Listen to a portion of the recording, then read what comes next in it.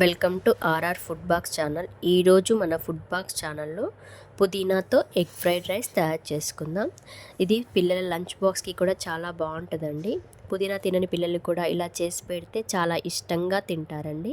దీనికోసం ముందుగా ఒక మిక్సీ జార్ తీసుకొని దాంట్లో ఒక గుప్పెడు పుదీనా ఆకులు తీసుకొని ఫ్రెష్గా కడిగి ఇందులో వేసుకోవాలండి. అలానే కొద్దిగా కొత్తిమీర కాడలతో సహా తీసుకొని వేసుకోవాలండి. దీంట్లో పచ్చిమిర్చి మీరు తినే కారాన్ని బట్టి వేసుకోండి. ఒక 3 పచ్చిమిర్చి తీసుకున్నానండి. చిన్న ముక్కలుగా కట్ చేసి జార్లో వేసుకోవాలండి. దీంతో పాటుగా ఒక టీ స్పూన్ అల్లం వెల్లుల్లి పేస్ట్ వేసుకోవాలండి. అల్లం వెల్లుల్లి పేస్ట్ వేసుకున్నాక దీంట్లో ఒక 2 లవంగాలు వేసుకొని ఇదంతా మిక్సీ పట్టి పక్కన పెట్టుకోవాలండి. చూడండి, మన పుదీనా పేస్ట్ రెడీ అయింది కదా.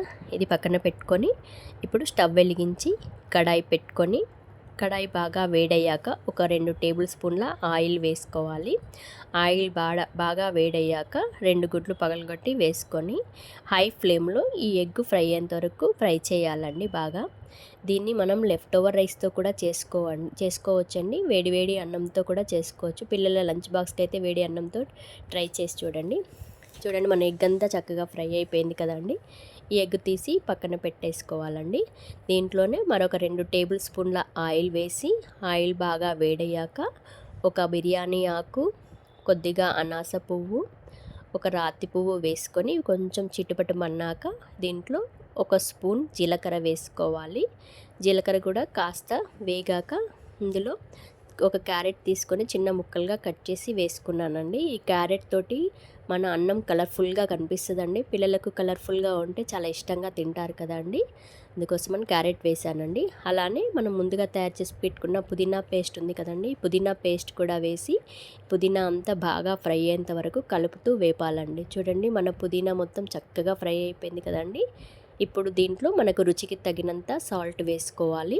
ఈ సాల్ట్ వేసాక ఒకసారి కలిపి ఇప్పుడు మనం ముందుగా వండి పెట్టుకున్న రైస్ ఉంది కదండి, రైస్ వేసుకోవాలి. దీంట్లో కొద్దిగా ధనియా పొడి, తర్వాత మనం ముందుగా స్క్రాంబుల్ చేసి పెట్టుకున్న ఎగ్ ఉంది కదండి, ఎగ్ కూడా వేసి స్టవ్ని హై ఫ్లేమ్లో పెట్టి ఈ పుదీనా ఫ్లేవర్ అంతా అన్నంకు పట్టేటట్టు బాగా కలుపుతూ వేపాలండి. చూడండి, మన వేడి ఎగ్ పుదీనా రైస్ రెడీ అయిపోయింది కదండి. దీన్ని మనం పిల్లల లంచ్ బాక్స్కి పెడితే చాలా ఇష్టంగా తింటారండి. ఈ రెసిపీని మీరు కూడా ట్రై చేసి టేస్ట్ ఎలా వచ్చిందో మీ అభిప్రాయాన్ని కమెంట్ రూపంలో చెప్పండి. మీకు నా వంట నచ్చినట్టయితే లైక్ చేయండి, మీ ఫ్రెండ్స్ అండ్ ఫ్యామిలీకి షేర్ చేయండి.